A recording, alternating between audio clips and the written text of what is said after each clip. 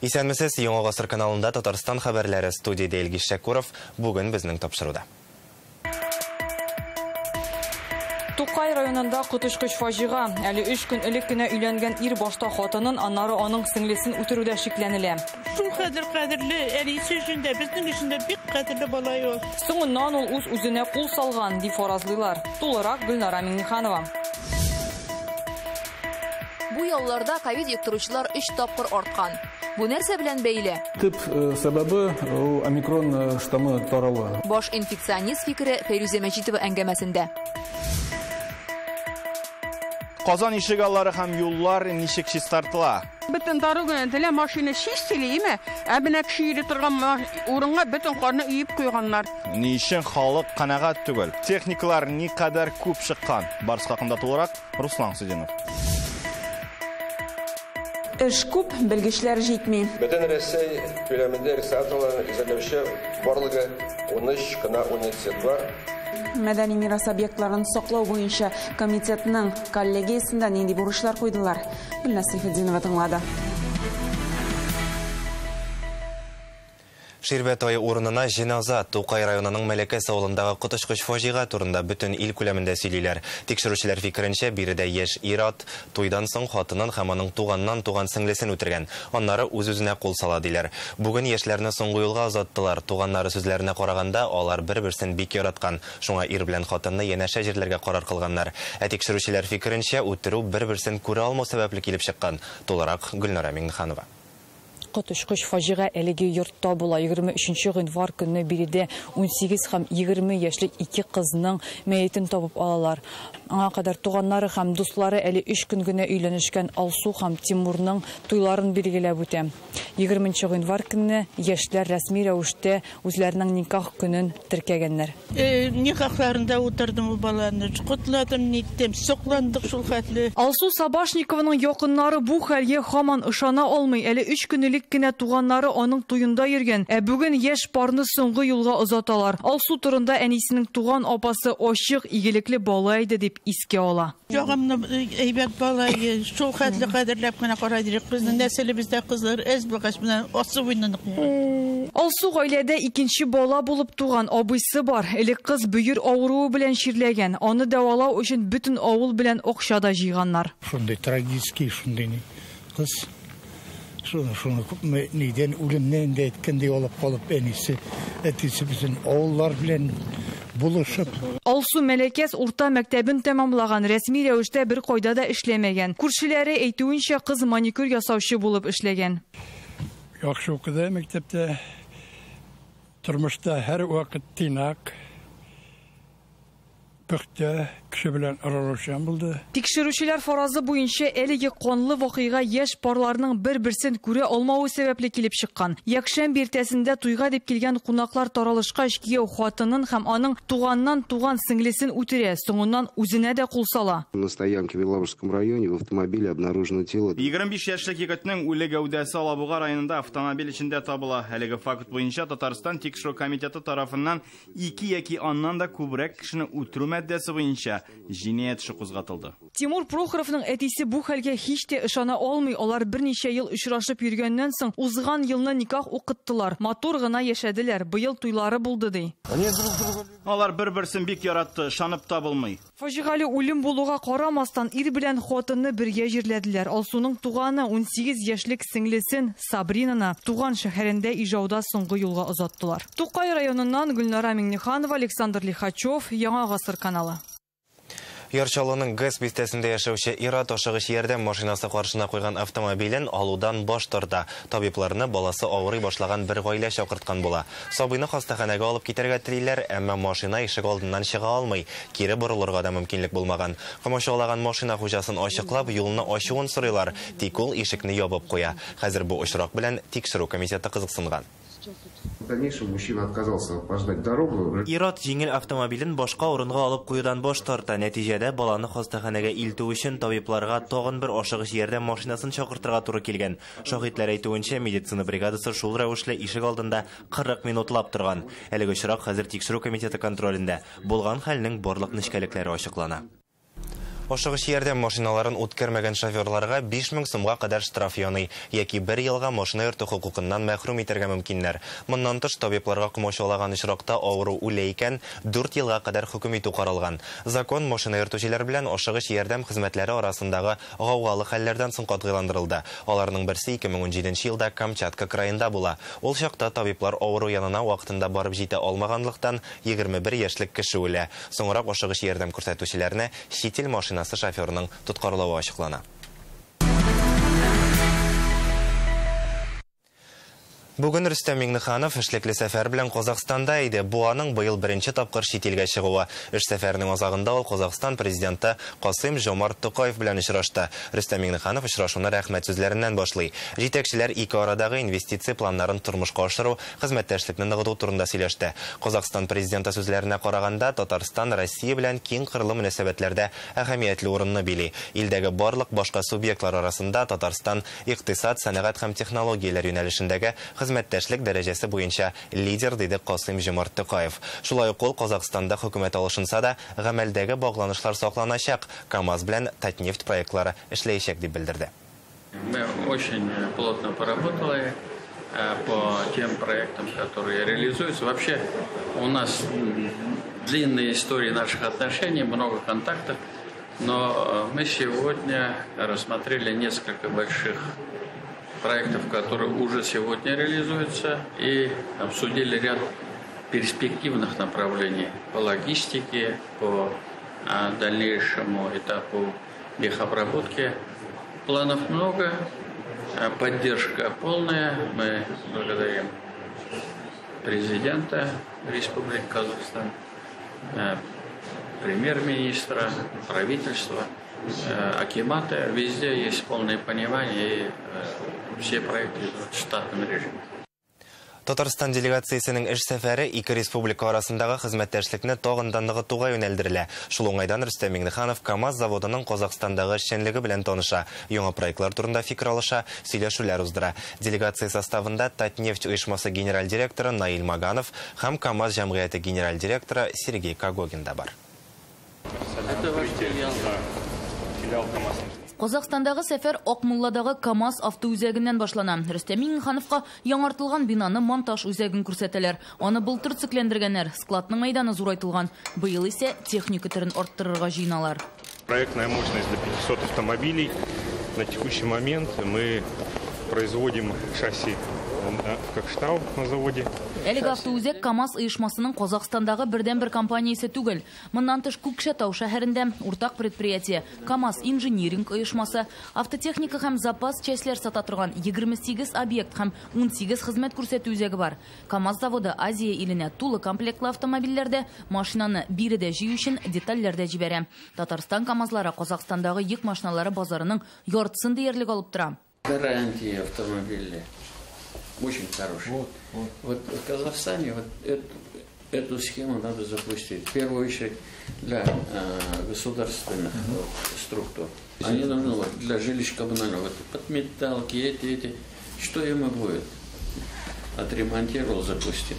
Вот у нас эта система хорошо пошла. Заводтан соң Рөстәм Миңнеханов Казакстанның хөкүмәт йортына юл тота. Монда ул илнең премьер-министры Алихан Смаилов белән очрашты. Ул әлеге вазифага әле 11 гыйнвар көнне генә куела. Рөстәм Миңнеханов аны билгеләнүе белән котлады һәм барлык Татарстан халкы исеменнән Казакстанда быел булган вакыйгаларга кагылышлы кайгы уртаклашу сүзләрен җиткерде. Я выражаю мои соболезнования всех татарстанцев по поводу трагических событий и, конечно же, те меры, которые были приняты президентом Республики Казахстан, так и России, и все остальное.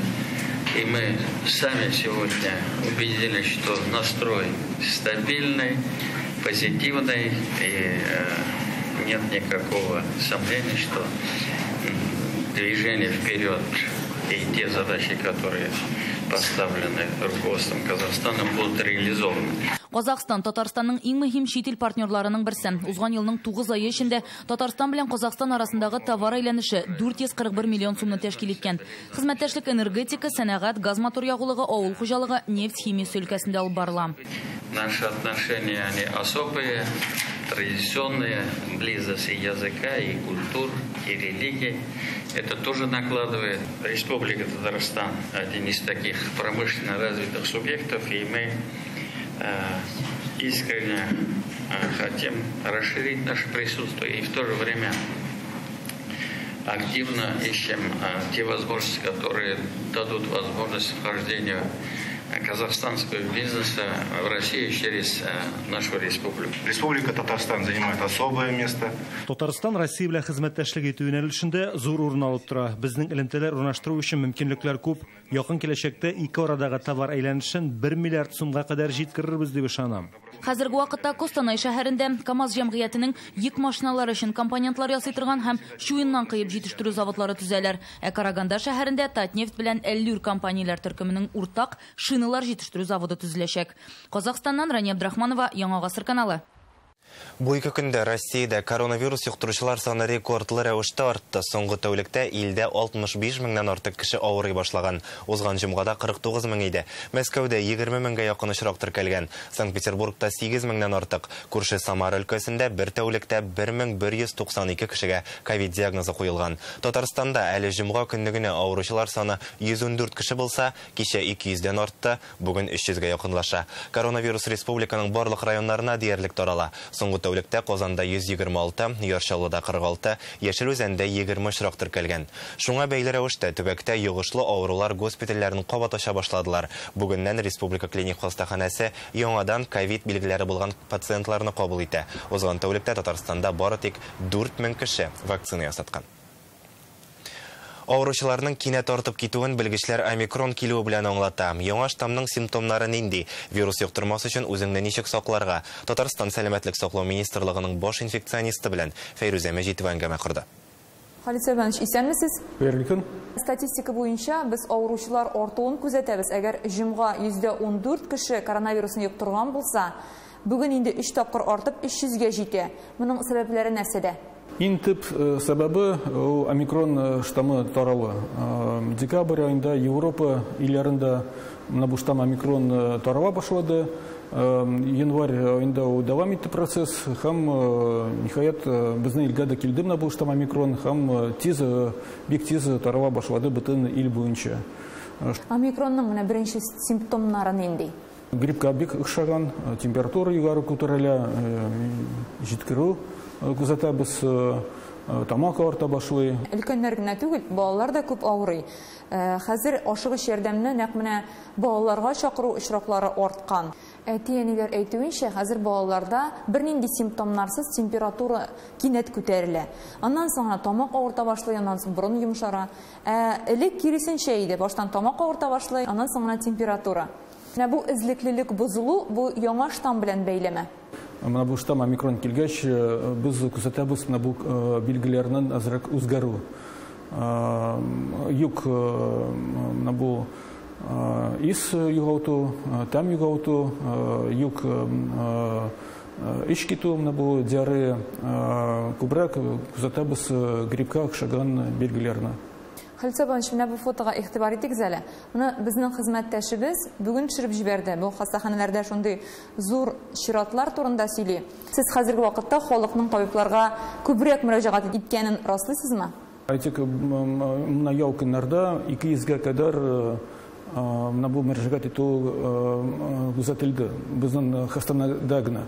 Әлбәттә, ул тагын кабатлап әйтәм, бәйләнешле омикрон штамм белән. Бүгенге вазгыятьтә авырмас өчен нишләргә? Менә бу омикрон штамм без әйтәбез азрак җиңелрәк үтә күпчелегендә, ләкин ул без әйтәбез вакцина кадалган кешеләр турында. Ничек үзер ковид омикрон штамм белән бәйләнешле вакцина кадалмаган кешеләр арасында билгеле түгел. Шуңа күрә үзләрен сакларга өчен кирәк вакцина кадарга. Әгәр инде кеше авырып киткән булса, аларга нинди киңәш бирер идегез? Мәрҗәгать итәргә поликлиникага. Табиб бар тиеш карарга, диагнозын күрергә.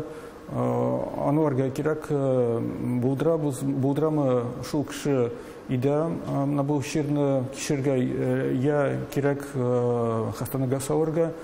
Агар бик югары температура булса, бигрәк тә балалар турында сүз барса, һава җитмәсә, одышка килеп чыкканда, монда инде кирәк ашыгыч ярдәм хезмәткәрләренә чакырырга, скорая помощь. Әңгәмәгез өчен бик зур рәхмәт. Татарстанга яшүсмерләр өчен Спутник М вакцинасының беренче партиясе килде. Әлегә 2880 дозада. Иртәгә аны Казан сырхауханәләренә җибәрә башлыйлар. Республика районнарына пәнҗешәмбегә кадәр таратып бетерәчәкләр. Теләге булганнарга прививканы бу атнада ясый башларга планлаштыралар. Спутник М вакцинасы 12дән алып 17 яшькә кадәр булган яшүсмерләр өчен каралган. 2 компонентлы, аны теләк буенча гына салалар. Вакцинаның исеме Гам-Ковид-Вак-М. Ул нәкъ шул спутник Ви шикелле уларга килә торган вакцина шикелле үк. Шундый ук температура да саклана 18 градустан түбәнрәк. Районнарга тапшыру өчен безнең предприятие сумкалар сатып алды. Сумкалар, суыткычлар, аны тикшерү өчен термоиндикаторлар бар. Ул термоиндикаторлар эшли -20 һәм түбән температураны күрсәтә. Холодовая цепь дип атала инде ул санитарный правила. Шуның буенча эшлибез. Кайбер идарәче оешмалар әйтерсеңлә кыш буена бер тапкыр да ишек алларына кирип карамаган. Бүген Казан шәһәре башкарма комитетында кар чистартучыларны тәнкыйтьләделәр. Эшлекле дүшәмбе киңәшмәсендә белдерүләренчә, ел башыннан ишек алларын тиешенчә чистартмаган өчен 120 беркетмә төзелә.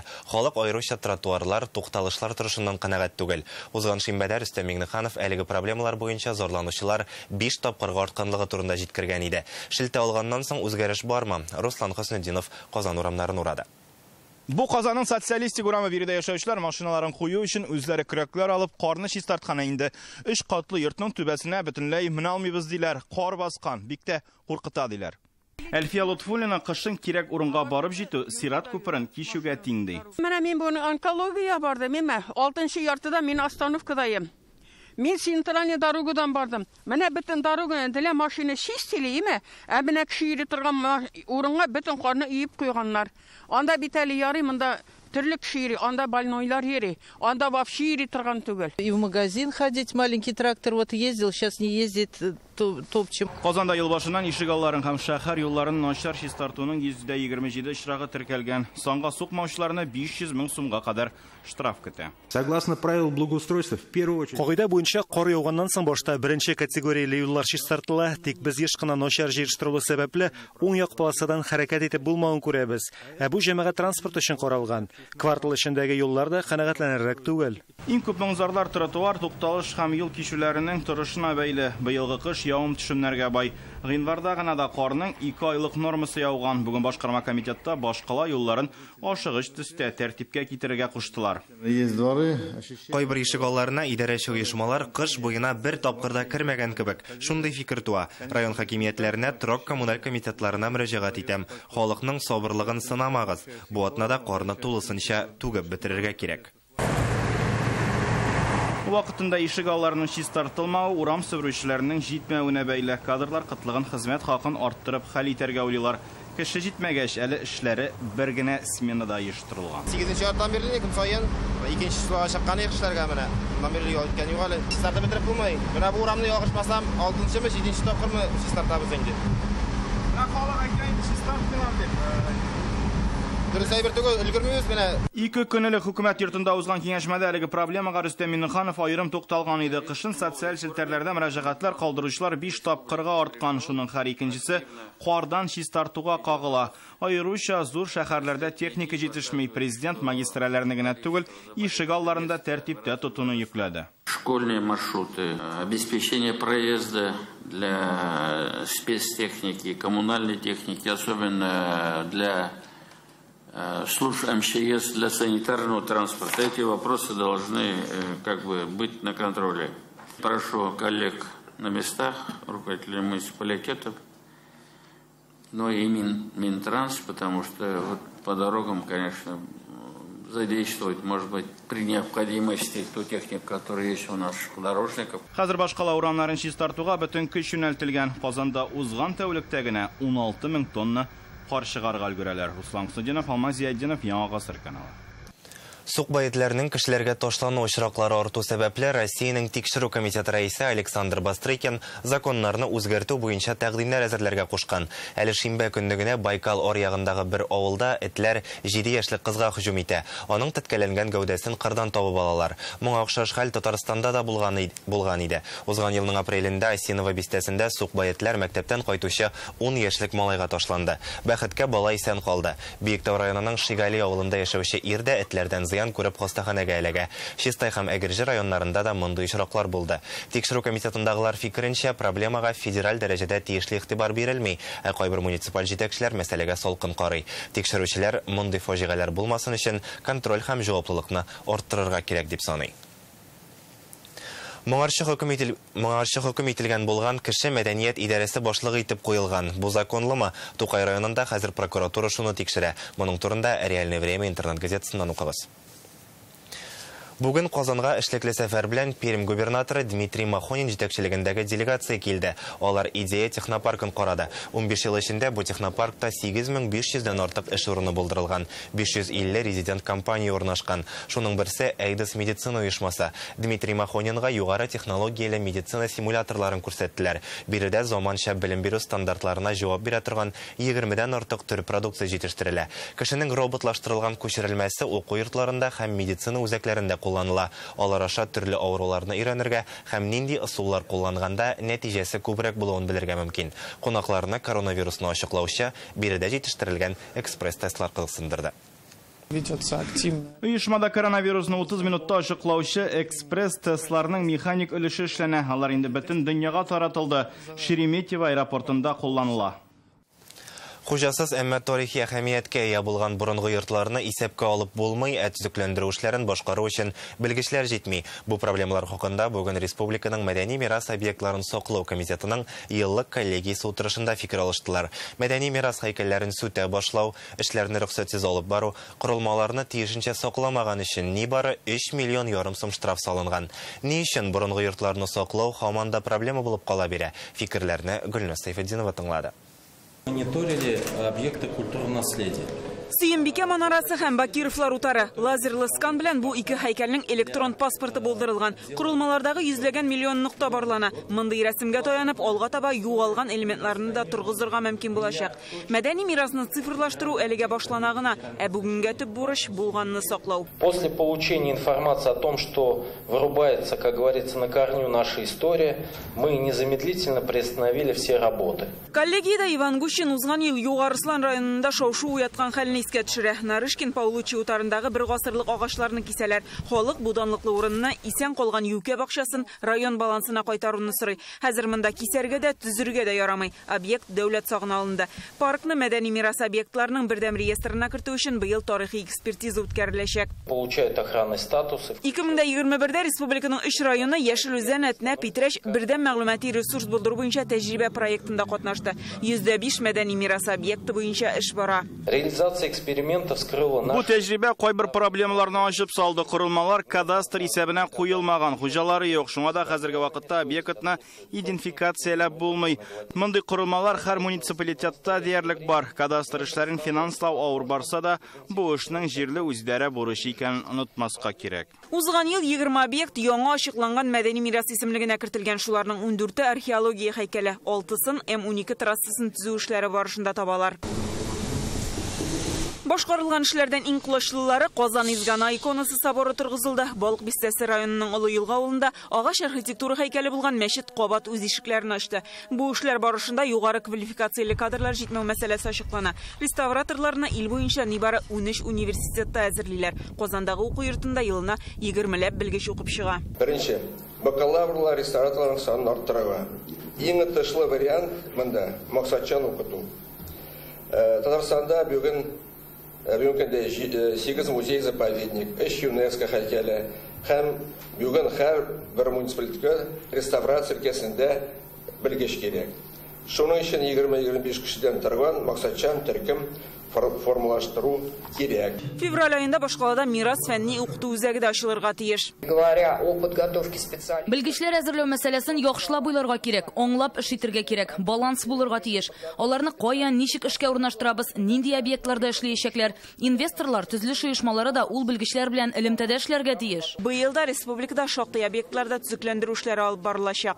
Если бы у наших коллег дела обстояли как в Республике Татарстан.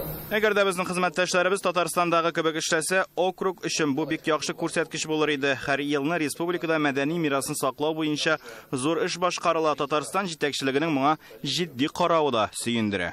Берничә айдан Казанда ЮНЕСКО Бөтендөнья мирасы комитетының 45-нче сессиясе узачак. Республикадагы тарихи корылмалар кабат игътибар үзәгендә була дигән сүз. Гөлназ Сайфетдинова, Марат Зайдуллин, Яңа Гасыр каналы. Россияда яшәүче төрле дин тарафдарлары Казанда хоккей буенча дуслык кубогында ярышачак. Кышкы спорт чарасы 18 февральдә башлана. Бүген оештыру мәсьәләләре хакында фикер алыштылар. Бу шундый бердән-бер турнир. Былтыр мөселманнар белән православлар гына хоккей уйнаса, хәзер башка дин вәкилләре дә бузга чыгачак. 10 команда дуслык кубогында катнашырга теләк белдергән. Мәскәү, Санкт-Петербург, Североморский, Казан һәм башка шәһәрләрдән киләчәкләр. Матчлар Раиф күлендә, Яшел Үзәннең Ледоколбус сараенда, Казанның Ширек күлендә узачак. 17 февраль көнне Руханилар җыелмасы, төнге хоккей лига командасы, Акбарс ветераннары һәм Яшел Үзән җыелмасы уйнарга тиеш. Әлегә менә шулар иде, уңышлар сезгә.